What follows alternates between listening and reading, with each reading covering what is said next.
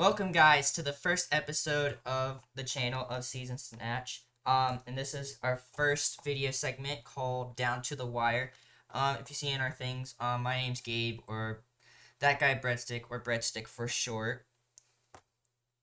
My name's Dalton, aka the Shark. And we're gonna be just talking about some of our basketball opinions here on Down to the Wire. We'll maybe do some basketball videos in real life and other things, but that is to come in the near future. But today we are gonna be talking about just a little bit about ourselves and the start to the 2021 season, because that does start today, is whenever this episode is going up. So Dalton, do you want to introduce yourself a little bit? Yeah, for sure. So, like I said before, my name's Dalton, aka the Shark. I played basketball since first grade, and I stopped playing competitively till eighth grade. But I gotta say, basketball was a lot of fun. I play it for fun now, only because like educational reasons. But sports are definitely my thing. Obviously, basketball is the favorite team is the Mavericks, obviously because I'm a hometown. Favorite players, I would have to say is Dirk and Steve Nash. Those are definitely two of my favorites. One of the best duos the Mavericks ever had. And then as of right now, Luka Doncic is for sure one of my favorites. So Gabe, introduce yourself a little bit too. Yeah. I've been playing basketball pretty recently, actually. I played it once when I was in third grade. Then I had to switch over to full time baseball, but then I went back to basketball in seventh grade. Um, I kind of stopped after freshman year because I knew I wasn't that good, and I'm kind of short and not as athletic as other kids, but it's okay. Um, yeah, my favorite basketball team would probably be the Golden State Warriors, and three of my top favorite players would probably be Steph Curry, obviously, because the best shooter of all time, arguably the best point guard of all time, but we're not going to go into that today. Um, I said arguably. I'm not saying he's not. I'm not saying he is. I'm just saying it's arguable. Um, the second player, I gotta rep my Asian side. Yes, I'm half Asian, and I gotta rep it. Jeremy Lin, one of pretty good point guard. Did you hear the Warriors deal that he had fell through? I got so upset. I was like, finally, we're getting him back as a Warrior, and then the deal fell through. And Dang then, it. yeah. Then number three, I think I like De'Aaron Fox. I think De'Aaron Fox is a cool. He's a he's a really good basketball IQ type player, and he's fast, and he's just a really good point guard. I think he's very underrated, and he achieves more than what he gets credit for, and he always has a stat rise every single year, which is really good. Yeah, it's good stuff. Good stuff. All right, so like we said about doing some basketball stuff in real life, that we do play basketball here on the occasion. Dalton, what is your all-time favorite basketball shoe? Wow, tough question. Well, whenever I was playing not professionally, but like competitively. Yeah, boys, I played in the NBA a couple of times. Nah, but anyway, but whenever I played competitively, I used to rep Kevin Durant shoes. I remember whenever I first started doing it, I wore these KD 6. I mean, they're like these low top shoes. They're really cool. And then I also repped the KD Trey 5. So basically, like any Kevin Durant shoe was my favorite. Now, Gabe, what was yours? Um, I don't have a specific line that I like. I mean, I try to do a lot of different shoes. I've been with the Currys. I've been with the Giannis. I've been with the Paul George. Um, I've been with the Yeezys. I think, but I have top two. My all-time favorite shoes are the Curry twos, because one, that's the most memorable shoe I have, and then just all-time best shoe would probably be PG ones. That's a really good shoe, performance-wise. That's And, good. yeah, and it was only like 110, and you got a strap and full length zoom, or not full length zoom, but 4 foot zoom. That was very helpful on the court. Wow, I could see. Yeah. So, anyways, so that's a little bit about us. So before we head into stuff with this season, we want to talk about the last season, because last season was definitely altered. Um, Hmm. so if you guys remember, I think you all do, coronavirus hit and stopped all sports. It's pretty upsetting. But they did come back July 30th, I think. 30th or 31st. I can't remember. Yeah, One of those 2 days. I was. But they came back and basically played at Disney in the bubble. Don, what are your thoughts on the bubble? Well, I mean, my thoughts of it, like as a fan perspective, I mean, as much as you want to be there, I mean, like in person, it just wasn't going to happen because of coronavirus, obviously, and like trying to contain it. But I mean, I will give it to them. I mean, they did make it work. I mean, no one even got COVID in the bubble, so that's an absolute win. But I mean, even though the season ended late, I mean, at least we still had a playoffs and we did have a champion, which was Los Angeles Lakers. Yeah, the You know, last my um it was funny because with the Lakers, I think in a regular setting, no one had them to win except you can vouch for me that I was the only one that was like, I think the Lakers will win it. Like even beforehand, like even before all the Kobe stuff. But I feel like I'm gonna get a little controversial here. I think the NBA is one of the most rigged leagues in the nation. And I feel like with the Lakers winning, it'd give them two things. It'd show or three things. I'll say three things. So it would give the reputation to Kobe and his family and everything. I think that would uplift all that. And they were saying like the for Kobe thing. That's kind of what that would do. Then it would give LeBron his fourth ring, another accolade, another Finals MVP, and just kind of show the world, or give the world more say in the LeBron versus Jordan talk. And then Mhm. finally, it would also make the Lakers and the Celtics tied for the most rings in the NBA. So then it's which one's a better franchise. I think those three things um, probably came down to the bubble. But I did hear an interview where LeBron was like saying stuff about how he thought that if the Warriors and the Cavs played in the bubble back in 2016, the Warriors would have smoked them. So I don't know what that's supposed to mean, but it was just an interesting thing I heard. Yeah, I mean, I don't know. I think I kind of have a clue on what he's talking about, only because of setting, because like they would have to stay in one place, like because during the times of pre-COVID, like the teams would travel still, and then whenever it was the bubble, they had to stay in one location. So maybe that was the advantage that the Lakers needed. Maybe. No, but I think everybody either had the Clippers or the Bucks coming out on top, and the Bucks had a second round exit, and I think the Clippers also had a second round Mhm. exit, almost a first round exit to the Mavs before Kristaps got injured and ejected one of those games. Yeah, the Mavs should have beat them, in my opinion. Yeah. The Mavs probably would have beat them. I think the Mavs were definitely the sleeper pick that entire thing. I also feel bad for the Suns. I think that they should have got a chance to go to the playoffs, even, but they didn't make the play-in tournament, sadly. But it's whatever. Let's move on to the draft. So the draft this year, it wasn't that exciting as I thought it. Like, I think the last best draft we had was probably 2017. There's a lot of good prospects coming out of that draft. This one was okay. It wasn't that great. I didn't pay too much attention to it, except Dub Nation getting the second pick overall because we were basically tanking. But Yeah, Dalton, what was that one thing I said to you all season long about this yeah, year's it draft? was okay.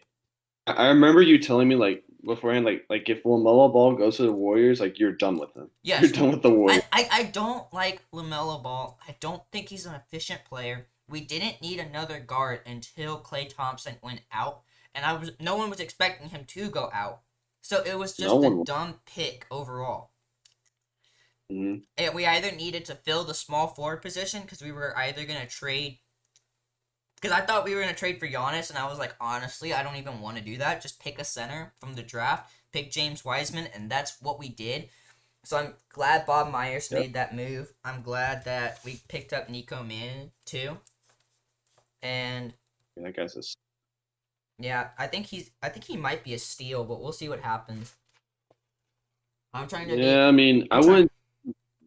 I'm just trying to be as unbiased as possible, but I have no clue. Yeah, but you also have to mention. I mean, you forgot the number one overall pick, Anthony Edwards from Georgia. He plays for Minnesota now, and then Lamelo took third, went to Charlotte. That's interesting, but nonetheless, I mean, Cole Anthony got the 15th pick. That's some of the other picks in the draft, and then the Texan R.J. Hampton.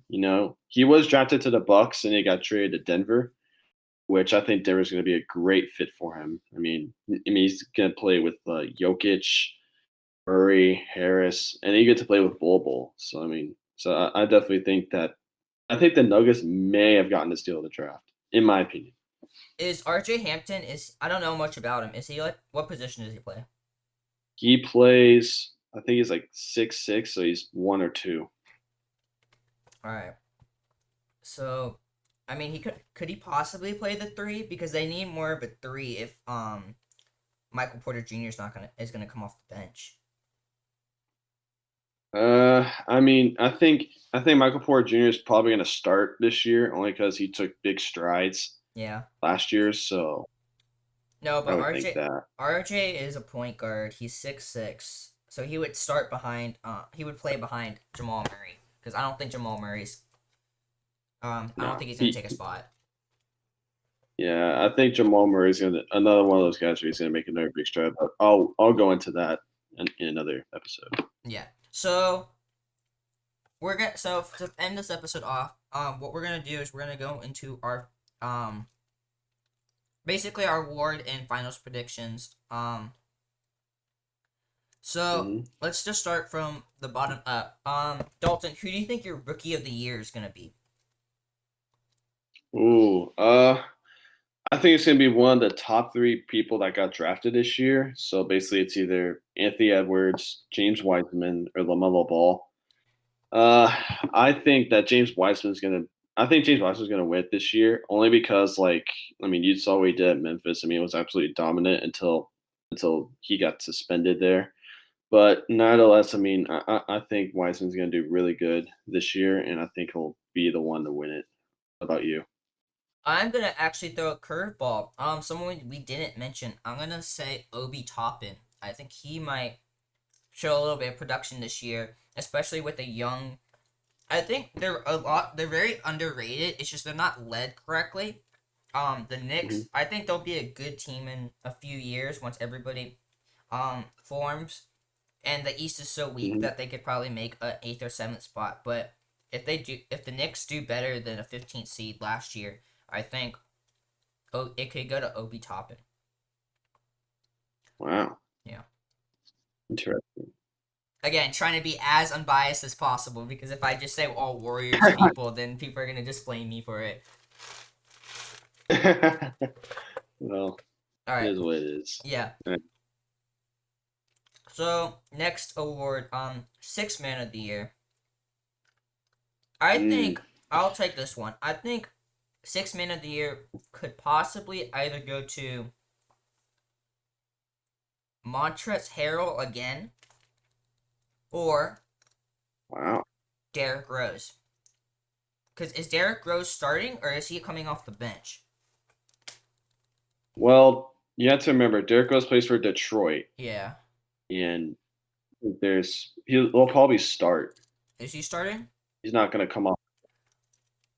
From what I've seen, I think he is, Let me but check. I could be wrong.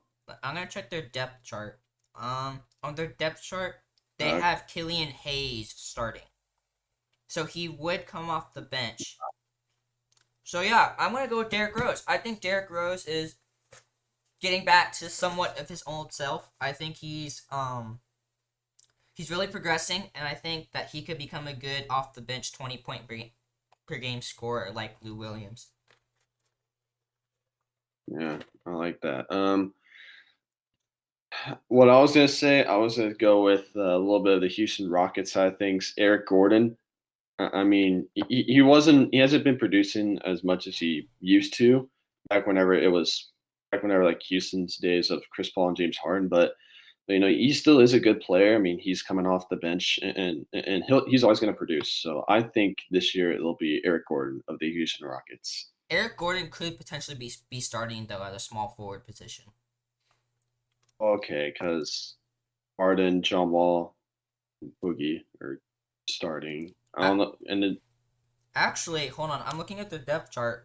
Christian Wood would be starting over Cousins.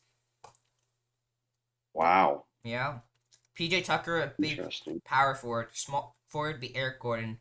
Shooting guard would be James Harden, and John Wall would be point guard.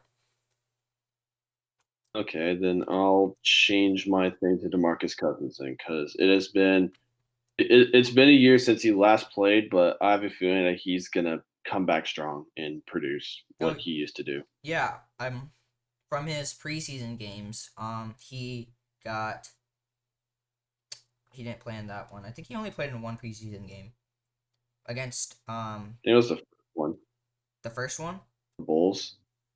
Yeah, No, he also played against the Spurs. He got 7-1 and or 7-2 and 11 on that one. Oh, they played four and preseason not games. bad. Then he Yeah, played 10-06 against the Bulls, and then he got 14-2 and 5. So not bad, not bad. Definitely needs some improvement to probably get sixth man of the year, but we'll see what happens. All right. yeah, for sure. So Dalton, you want to take most improved player of the year? Most improved. Hmm.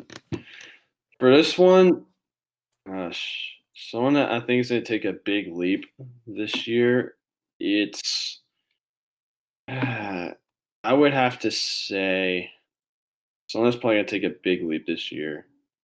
I'm not sure if he won it last year, but I'll say Brandon Ingram.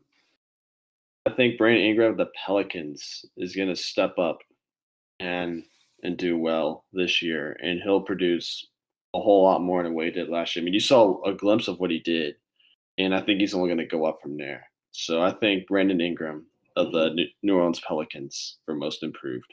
Let me check their stats behind you so you're not wrong. Brandon Ingram did win it. Oh, he did? Yeah. Okay. Well, I thought it was either that or Bam. I thought it was Bam last year. I But wanted Bam to win, but Bam didn't win, and I got upset. yeah, all right. Well, okay. Well, if he won it last year, I mean, it's unlikely that he'll win it again. So I'll actually change mine to the Zion Williamson. So I think someone from the Pelicans is going to win most improved. All right. That's what I Not bad, Zion. not bad. I think for my MIP, I think it's either gonna be Michael Porter Jr. or I think it potentially could be. Oh, I can't think of his name. Or Jamal Murray. I know Jamal Murray is always a good player, but I think he's starting to get to that superstar type level, maybe a top five point guard in the future. But Mhm. Michael Porter Jr. again, we saw what he did at the end of last season. So hopefully he can transition that into this season and become like a good 20, 15 point per game scorer Mhm. and just get back to his Yes. old Mizzo self. Mhm. All right, so I'll take I'm the next one. I think it's defensive play or coach of the year. yeah. Um, That's what I said. I mean, I gotta give it to Mike Malone. I think that team is that's Nuggets are a really good team. They're always well coached. They have a because if you think about it, besides Jokic and Murray, their starting lineup is okay. Their bench isn't Mhm. really that recognizable, but they finished the 3 seed or top three in the West every single year, and the West is super competitive. Mhm. So yeah, like you gotta give credit where credit's due. If they finish top three again, I think it should go to Mike Malone. But that's just my Mhm. opinion. We'll see what happens with all the other teams. Yes. Besides Mike Malone, I mean, he's definitely a really good coach, but I definitely think I think a new coach. I think a new coach might win it this year. Brooklyn Nets, Steve Nash. He recently got the coaching job there, so he's got weapons, Katie and Kyrie. If he coaches the same way he played, then I think he'll win Coach of the Year. So I'm gonna go. I'm gonna be a little bit bold and go with the new one, Steve Nash. All right. Steve Nash is a good pick. All right. So I'll take Defensive Player of the Year. I'm gonna give it to someone that I think actually should have won it last year. I think Anthony Davis should have won it. I think he'll still. I think he's getting better and better. He's only like 27, right? Yeah, he's 27. 27, and he's that good as a defensive player. I think he'll keep improving. Especially with LeBron by his side for the next few years. And yeah, I think he'll. I think. I don't think last year was his prime, and he was pretty good last year. So yeah, I think Yes. Anthony Davis will be my pick. Yeah, I'll have to agree with you on that one. I'm gonna view it the same, Anthony Davis. All right. Oh, this is where it gets All right. MVP. Yep, MVP. You know what? I'll start off. So I think that the NBA player that's going to win MVP this year is going to be Luka Doncic. Only because, I mean, the stats he is producing at his age, he's putting up veteran numbers. And last year he put up like 28 points, like 8 boards, 9 assists. I mean, you're talking like veteran type numbers. But I mean, at his age, because he's turning 22 in February, that is crazy to think that. So I really want Luka to win this year, and and he'll be the youngest to do it if he wins it, because Derrick Rose was 23 when he won it in 2011. So I think Luka Doncic is my pick. Luka is a very good pick. But the only problem with that is if the Dallas Mavericks don't make a top 4 spot, he's not gonna get it because of leadership and production value. That's how it. Because think about it. Another notable pick, Damian Lillard. Every single year he plays out of his mind. Probably last year the best point guard since Steph was out, and a top 2 point guard like the last few years. But the Blazers don't go anywhere, so he doesn't get recognized, or he doesn't get like finalist for the award. So that's the only downfall to the MVP, is that you have to lead your team to a good playoff spot. I'd say top 4 in your place, but I don't think it's gonna go to Giannis. I think they want something new. If my pick wasn't Luka Doncic because of the whole Mavericks maybe not making the top 4 seed, because I think, to get a little controversial, I think it will go Lakers, Nuggets, Clippers, and then the Nuggets. Wait, did I say Nuggets? Lakers. Yeah, Lakers, Nuggets, Clippers, and then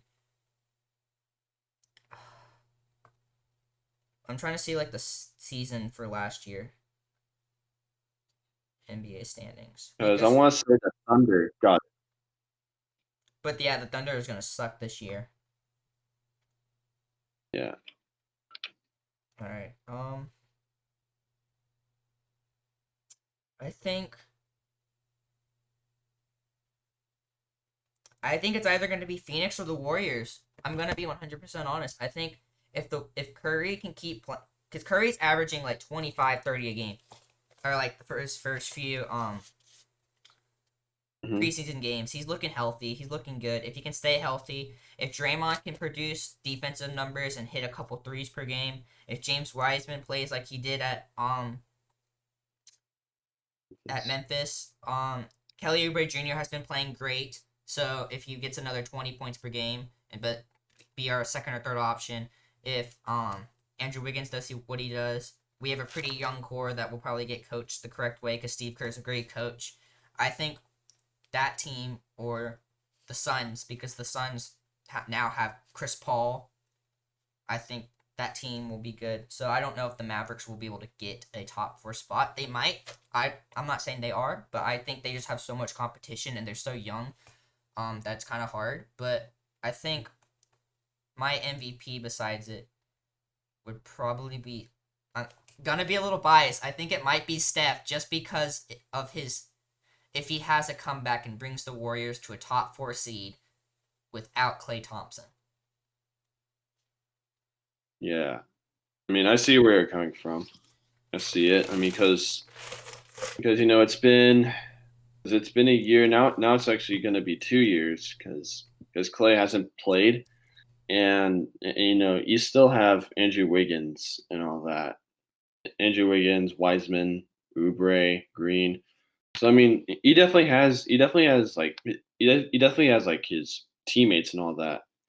And while on the other hand of Luka Doncic, he's more of a one man wrecking crew outside of Porzingis if he has him. So I mean, it could go either way I think if it I'm being definitely could honest. go either way. I just also think the Mavericks got a little worse with getting rid of Seth Curry because Seth Curry is a good shooter. Who did they get? Josh Richardson. Yeah, from Philly. Yeah, I don't. I think Philly got the better end of that trade. I think honestly they should have kept Seth Curry. I think Seth Curry is he's a pretty good spot up shooter that the Mavericks need, especially with this day and age of ball. Um, and Josh Richardson's a pretty decent small forward, but if they just, I think they could have found a better small forward or maybe waited for Giannis in a couple years, but because Giannis, because every the thing with signing big contracts and saying I'm staying, every player does that, but then they end up leaving Yeah, because they're like, yeah, I want to 'cause win a championship here, but then they realize they can't, so they go somewhere else. Another player similar to that, Anthony Davis, he signed a 5-year, multi-year contract with the Pelicans, saying, "I'm staying. I want to win here." Then, like a season or two later, he goes, "Nope, I'm going to LA." So, well, okay, he got traded. but he, but Traded. but he wanted that trade. He put He in saying, wanted that trade. Okay, yeah, yeah. So that's why I'm saying that Giannis will probably say, "I want to trade in the next few years," because he'll realize that he can't really win in an environment like that. He needs another good All Star. Chris Middleton's not going to be the answer. He needs a good All Star. And I thought they might have gotten Russell Westbrook, but what? I said the Bucks got Drew Holiday too, and even then, I don't think that's enough. No, it's not enough. But yeah, even with Drew Holiday, I think the Bucks they won't be able to beat whoever's in the East, and if you want or in the West. I think just the Mhm. East is so weak. That's why he's able to dominate so much. But especially with Kevin Durant and Kyrie Irving coming back for the Nets, I think that'll be a tough position to beat. Because the Nets were like a 6 seed even without their two best players. Yeah, I mean they lost to the Raptors first round, but the Raptors are kind of more on the downhill Yeah, into things because also Marcus Saul. yeah. All right, but that's all we have for you for the first episode of Down to the Wire. I hope you all enjoyed. Um, Next episode we're gonna be talking about the first games of the season and just going through what our opinions are about before the games actually take place. But um yeah, so thank you all for watching. If you did enjoy, please do subscribe. We're gonna be coming at you with more basketball content for the season and for other things to come by and just our opinions throughout the entire year. And we will see y'all next time. Peace.